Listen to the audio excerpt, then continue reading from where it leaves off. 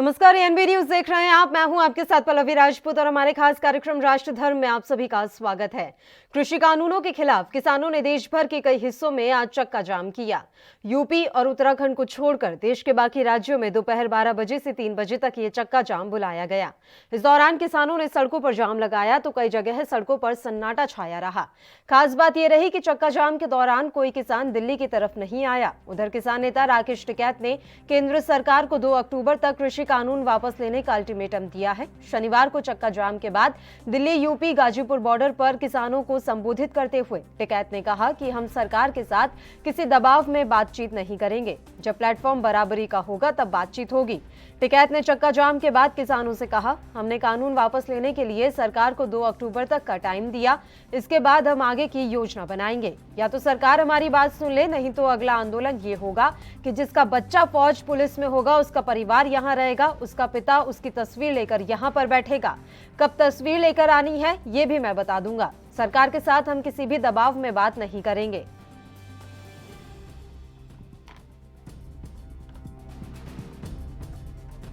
मतलब किस तरह की सोच लोगों की है कि किसी के मूवमेंट को शांतिपूर्ण तरीके से चलते हुए मूवमेंट को कैसे उसको तोड़फोड़ की तरफ करा जाए।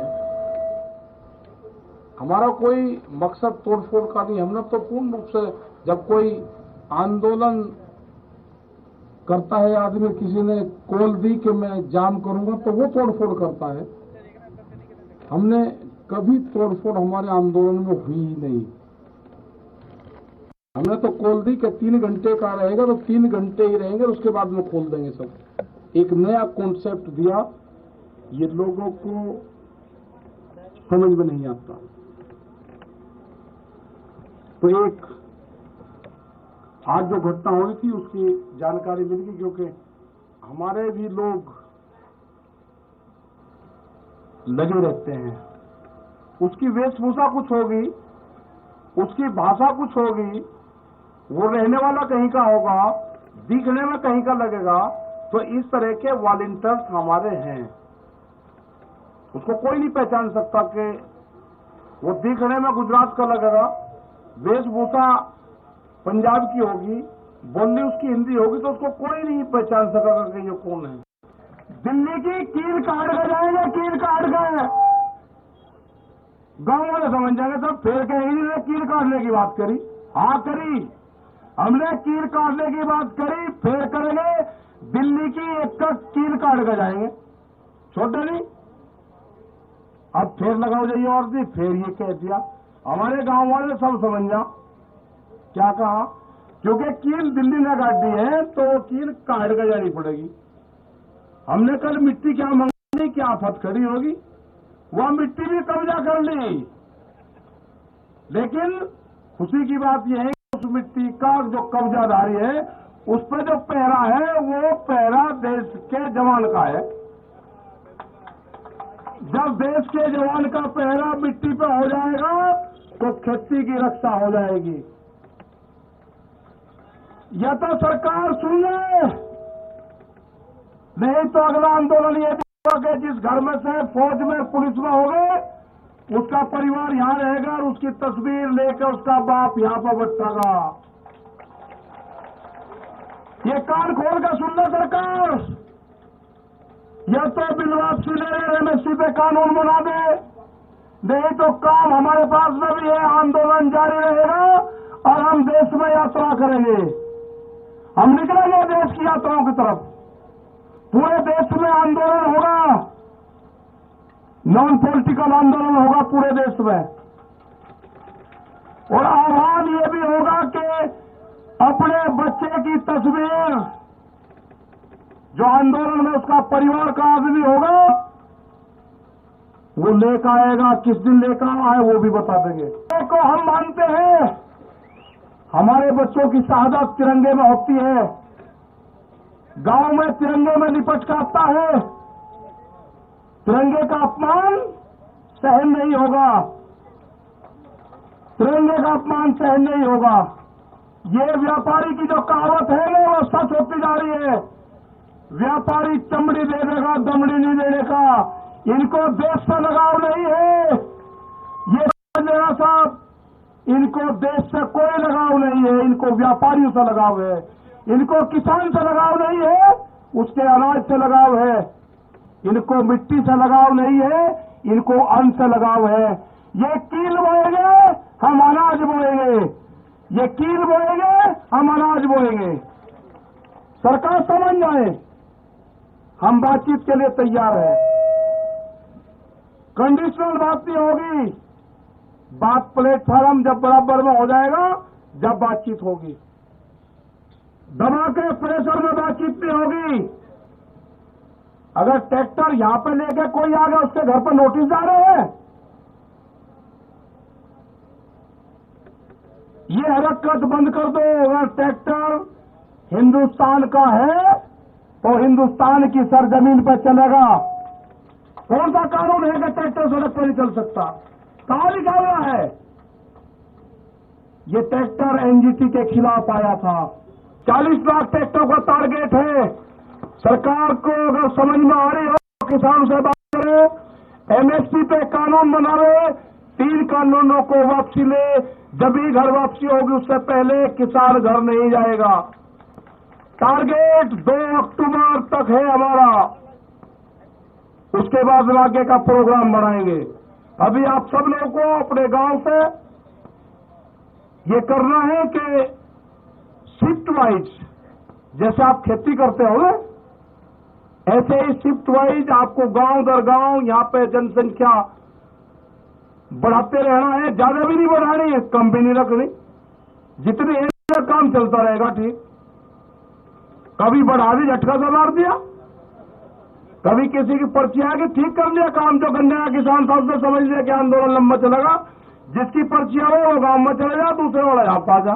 ये ठीक पड़ गया रूटीन। सरकार की जब समझ में आ जाए, जब उसको ज्ञान प्राप्त हो जाए, जब वो बात कर ले।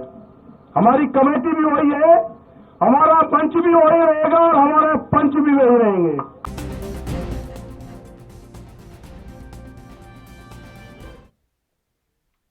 और इस मसले पर चर्चा की शुरुआत कर लेते हैं। अभी भारतीय जनता पार्टी से अवधेश उपाध्याय जी हमारे साथ लाइव जुड़ गए हैं। अवधेश जी, राहत की बात है कि किसानों का चक्का जाम जो है वो शांतिपूर्वक तरीके से संपन्न हुआ, लेकिन उसके बाद राकेश टिकैत की दहाड़ वो पूरे देश भर में सुनाई दे रही है और अब तो साफ तौर पर 2 अक्टूबर तक का सरकार को अल्टीमेटम देते हुए नजर आ रहे हैं राकेश टिकैत। देखिए पल्लवी जी, आपको राकेश टिकैत जी की सुंदरता भी कुछ बातें। ट्रैक्टर वाली बात थी कि ट्रैक्टर पे जो चालान भेज दिए गए हैं, तो मैं एक बात बताना चाहूंगा। आज ये जो बोल रहे हैं कि ट्रैक्टर वालों पर चालान कर दिया है, ठीक है, यही बोल रहे हैं कि लाल किले पर उपद्रव करने वाले बीजेपी के लोग थे। ठीक है, अब ये कह रहे हैं इन लोगों को रिहा करो। सरकार जब तक इन लोगों को रिहा नहीं करेगी तब तक कोई बातचीत नहीं होगी। अरे भैया, पहले कह रहे थे बीजेपी के लोग थे वो, अब कह रहे हैं उनको रिहा करो। ठीक है, यदि वो भाजपा के लोग सड़ने तो जेल में, उनकी चिंता आपको क्या हो रही है राकेश टिकैत जी? नहीं, वो इससे पहले ये कह चुका है ना अवधेश जी कि इस सब के आड़ में कुछ जो किसान हैं जो बेगुनाह हैं, उनको आपने इस समय हिरासत में ले लिया है। देखिए बेगुनाह कौन है? बेगुनाह मैं भाई उसी का जवाब दिया मैंने आपको। ये जो लाल किले पर जो 26 जनवरी पर जो कुकृत्य हुआ हमारे देश में, उसमें जो लोग गिरफ्तार किए गए, उन लोगों को रिहाई की मांग कर रहे हैं। लेकिन उस दिन राकेश टिकैत जी कह रहे थे कि ये लोग बीजेपी के लोग हैं। आज इन्हें कह रहे हैं कि जब तक सरकार इन लोगों को रिहा नहीं करेगी तब तक हम आगे की बातचीत नहीं करेंगे। तो भैया आप तो चलने दो ना, तुमने तो कह दिया था कि बीजेपी के लोग हैं, चलने दो उन्हें, क्यों उनकी पैरवी कर रहे हैं उनकी? ये केवल मैं बताऊं पल्लवी जी, ये कुछ नहीं है, ये केवल विरोध। इस समय किसान बिल का विरोध तो खत्म हो चुका है। अब ये विरोध जो है विरोध है तो भारतीय जनता पार्टी का, माननीय प्रधानमंत्री श्री नरेंद्र मोदी जी का, किसी का विरोध नहीं है।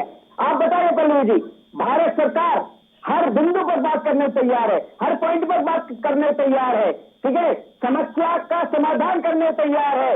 लेकिन भैया जब समस्या ही नहीं है तो समाधान किस चीज का होगा? अंदर जाके वार्ता करके आते हैं, ठीक है, अंदर सबको चले होता, बाहर आए कहते हैं बिल वापस लो, बिल वापस लो, बिल वापस लो। ये ऐसे चिल्लाने से बिल वापस नहीं होते हैं। और बता दूं मैं आपको भारतीय जनता पार्टी की बात, तो भारतीय जनता पार्टी देश के अन्नदाताओं के प्रति संवेदनशील है, संकल्पित है, और भारतीय जनता पार्टी हर संभव प्रयास कर रही है जिससे हमारे अन्नदाताओं की समस्या का समाधान हो सके। लेकिन कुछ गुण जिन्हें घुनने की आदत पड़ चुकी है, जिन्होंने अपने शासन में इस देश को पूरी तरह से घुना है, उनकी भैया आदत कैसे चली जाएगी? वो तो चाहते हैं कि फिर से घुनने को मिले। तो खत्म कैसे होगा सर? अक्टूबर तक ऐसा ही चलता रहेगा क्या अवधेश जी? अच्छा चलिए ये बात बताइए, अब दिक्कत कहाँ आ रही है? जब सरकार हर बिंदु पर बात करने को तैयार है, समस्या जो उनकी मुख्य मांगे थी उन पर संशोधन करने को तैयार है, ठीक है। एक बात मैं बताना चाहूंगा आपको कि 2004 में जब हमारे अटल जी की सरकार थी, उस समय एक स्वामीनाथन आयोग का गठन किया गया था, ठीक है।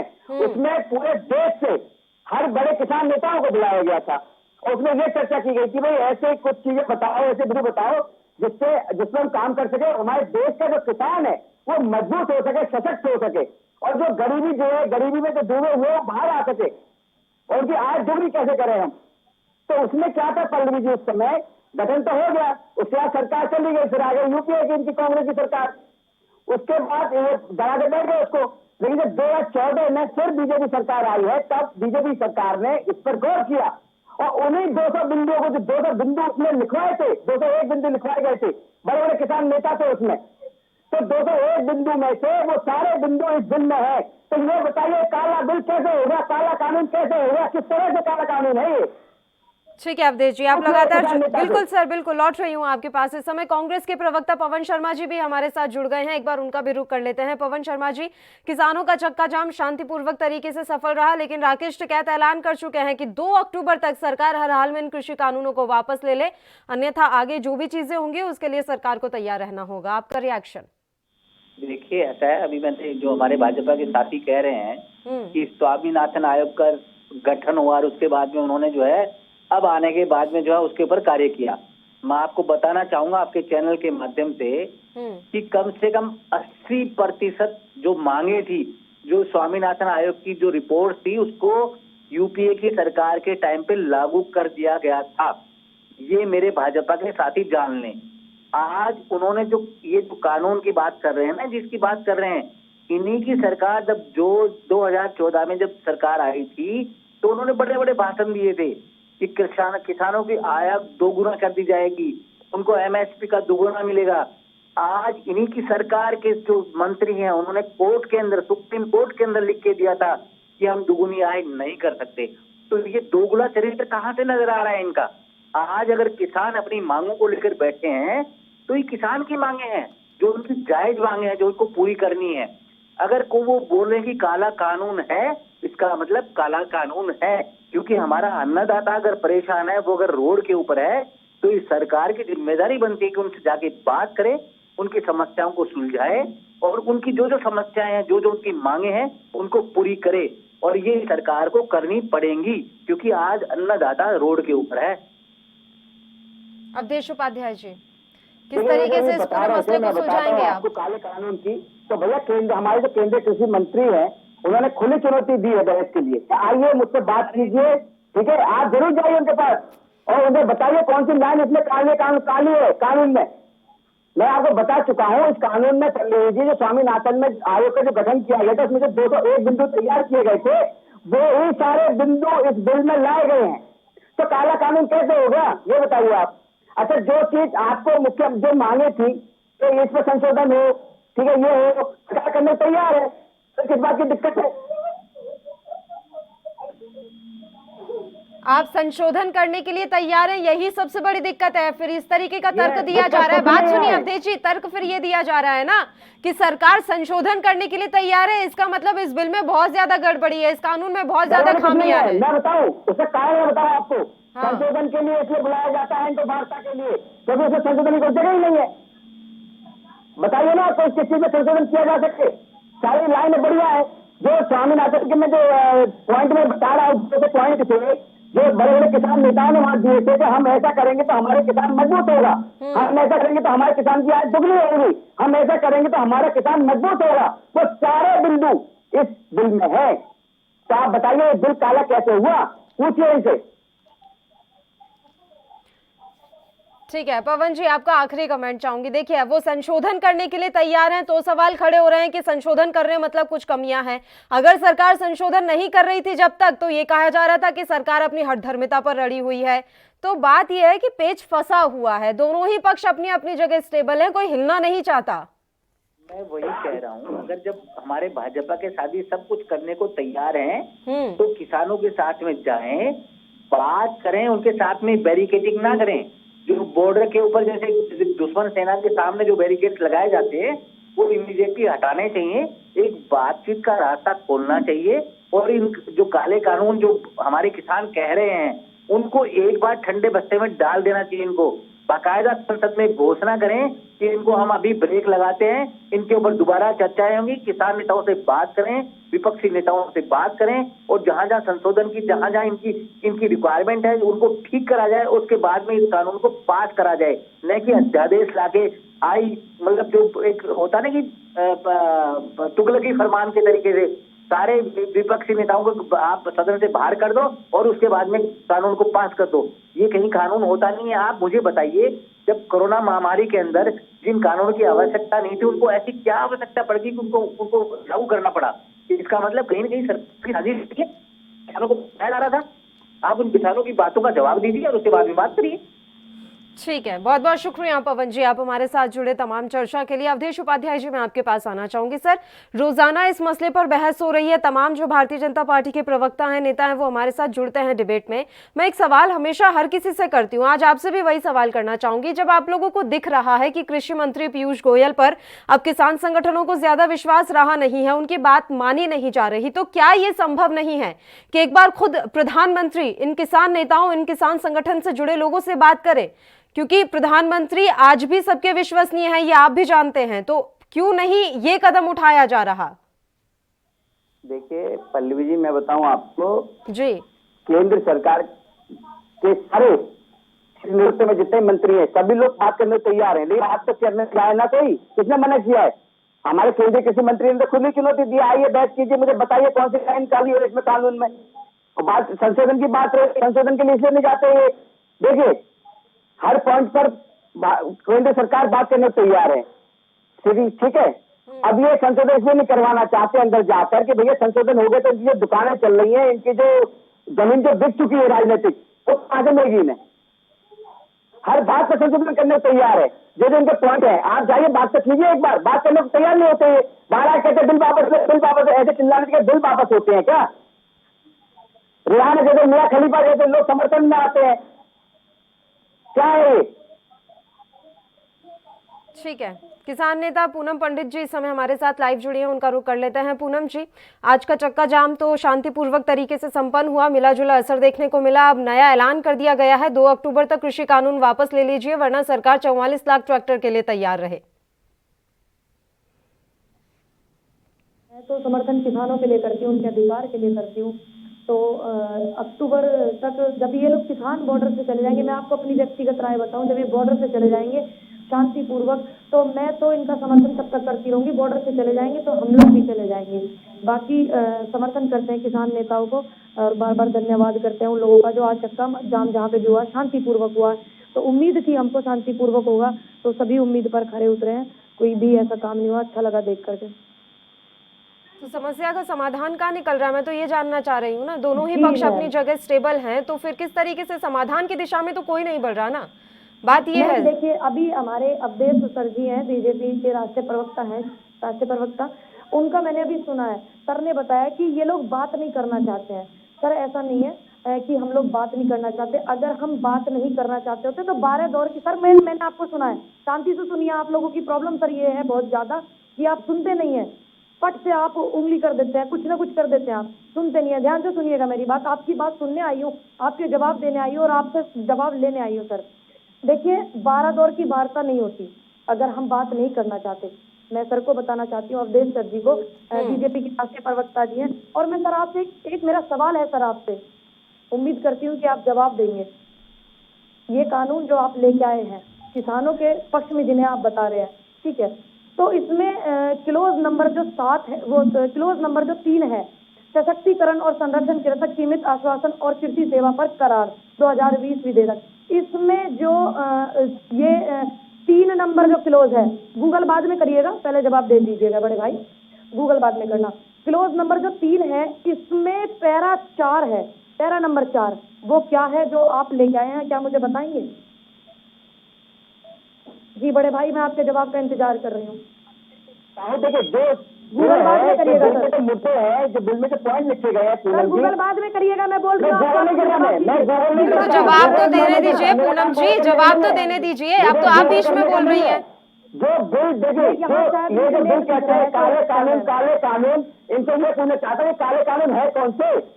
मुझे आप बताइए, फिर मैं आपको जवाब देता हूँ। सवाल का ये मुझे बताइए, 3 काले कानून कौन से हैं? बताऊंगी, मैंने आपकी वीडियो में बहुत सारी देखी है, मुझे आप ये बताइए कि पहले 3 काले कानून कौन से हैं? मुझे अच्छा आपसे जवाब दीजिए, फिर मैं आपको बताऊंगा। आपके सवाल का जवाब मैं दूंगी, मेरा वादा है आपसे। देखिए मेरा वादा है सर आपसे, पढ़ के आए, थोड़ा सा पढ़ के आइए बड़े भाई। मैडम आप बताइए, आप भी मेरी बहन के बराबर है। देखिए पूनम जी, मैं बता रहा हूँ आपको, सवाल का जवाब दूंगी, मैं बता रहा हूँ। पहले मुझे ये बताइए, जो आप काला कानून कह रहे हैं सब लोग, सुन पा वो काले कानून कैसा है? मैं बिल्कुल बताऊंगी सर, वादा करती हूँ आपका। फिर मैं बता दूँ आपको काले कानून कैसे है। पहला काला कानून ऐसे किया है, ऐसी क्या लाइन है? प्रॉब्लम तो यही है ना पूनम जी, मुझे ये बताइए कि ऐसी कौन सी लाइन इसमें है जो काली है? सवाल का जवाब दीजिए।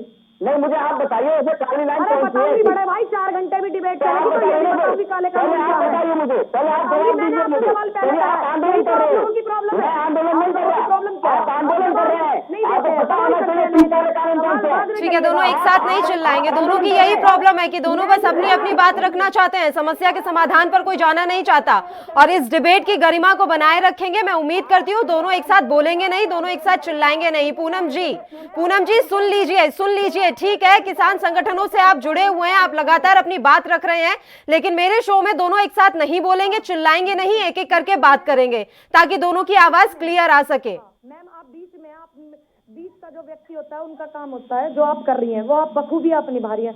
मैम मैंने सर से एक सवाल किया है, सर ने मेरे से सवाल का जवाब नहीं दिया, सर ने उल्टा मेरे से सवाल किया है, तो मैं अवधेश जी से जो सवाल कर रही हूँ, ये मुझे उस बात का जवाब दे दे, और ये काले कानून कैसे हैं, मैं वादा करती हूँ इनको जवाब देकर जाऊंगी। ठीक है, मैं दोनों ही मेहमानों का तुरंत रुक करूंगी। अवधेश जी तुरंत लौट रही हूँ। इस समय हम बॉर्डर से तस्वीरें दिखा देते हैं किसानों की प्रेस वार्ता की। हमारे जो डिमांड्स हैं उसके पक्ष में 3 मुद्दों को लेकर ये आज चक्का जाम का कॉल दिया गया था, जो पूरे हमारे देश में सफल रहा है। और इसके साथ ही हम निंदा करते हैं जो कल तोमर साहब ने बयान दिया है। बल्कि एक तरफ तोमर साहब हमारे साथ बातचीत करते थे कि ये कानून तो एकदम ठीक करने वाले हैं और इसमें जो भी आप गलत लगता है इसमें संशोधन करने के लिए तैयार हैं हम, बल्कि उन्होंने माना था। लेकिन आज वो बोल रहे हैं कि ये कानून तो बहुत ही किसान के पक्ष में, जो एकदम झूठ बोल रहे हैं। और तीसरा, हम साथ ही साथ उन तमाम इंटरनेशनल हस्तियों का धन्यवाद करते हैं जिन्होंने हमारे आंदोलन का समर्थन किया है। और मैं अपनी बात यहाँ रखते हुए मेरे दूसरे साथियों को, क्योंकि माइक नहीं है आज, थोड़ा जोर से बोलना पड़ेगा। आज की अध्यक्षता हमारे जमहूरी किसान सभा के रघुवीर सिंह ने की थी, उनसे शुरू करते हैं कि वो अपनी बात रखेंगे और एक 2 मिनट लेके सारे साथी आपके साथ ये इंट्रोडक्टरी बात जो है मीडिया के साथ करेंगे। मीडिया वाले साथियों, सबसे पहले हम आपका धन्यवाद करते हैं, जैसे आप इस आंदोलन का साथ दे रहे हैं। तो आज हम जो है मीटिंग जो हुई है पंजाब चैप्टर की, उसके बारे में यही है, जो जैसे डॉक्टर बताना यही चाहते थे कि हमने संयुक्त मोर्चे की कॉल थी, सारे देश डिमांड इन्होंने एक्सप्लेन की तीनों, उस डिमांड 3 बजे तक चक्का जाम फैसला किया था, लागू हुआ पंजाब और सारे जो। तो ये बात है कि हम अब जो मोर्चे हैं वो पूरी तरह हमें वो। चलिए मुद्दे का रुख कर लेते हैं। दोनों मेहमान लगातार हमारे साथ जुड़े हुए हैं। पूनम जी, अवधेश जी आपका जवाब दें या ना दें, मैं बस इतना जानना चाहती हूं कि किस तरह से समस्या का समाधान निकलेगा। दोनों पक्ष वार्ता की टेबल पर किस तरीके से आ पाएंगे? आप पहले मेरे सवाल का जवाब दे दीजिए।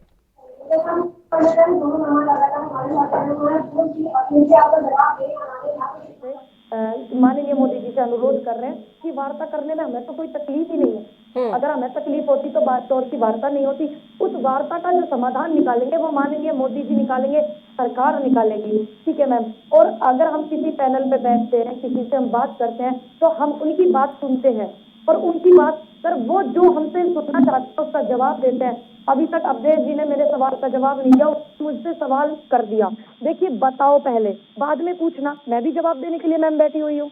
तो मेरा अनुरोध है, आंदोलन आप कर रहे हैं, आपका जो कारण है कि 3 काले बिल कानून आप लेके आए हैं, बिल आप लेके आए हैं, सरकार लेके आई है। लेके आया पूनम जी, मैंने आपसे सवाल क्या कर लिया सर? पढ़ के बैठते, पढ़ के बैठे ना, हम तो पढ़ के बैठे हैं, आंदोलन में बैठे बिना आप बताइए, जवाब दे दीजिए। कभी पढ़ना नहीं आता, जवाब दे दीजिए। पैरा नंबर 3, क्लोज नंबर 3 का चौथा पैरा बता दीजिए आप सर।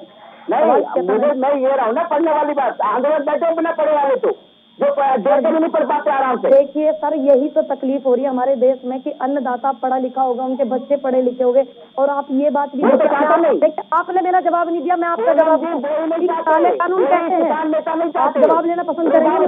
पूनम जी बताइए, एक चीज बताइए, जब कोई गरीब किसान भुखमरी से मरता है या कर्जे से मरता है तो किसान यूनियन कहाँ चली जाती है उस समय? जब मरता है गरीब किसान भुखमरी से मरता है, जिस लोगों को पता चलती है सभी लोग जाते हैं, श्रद्धांजलि अर्पित करते हैं।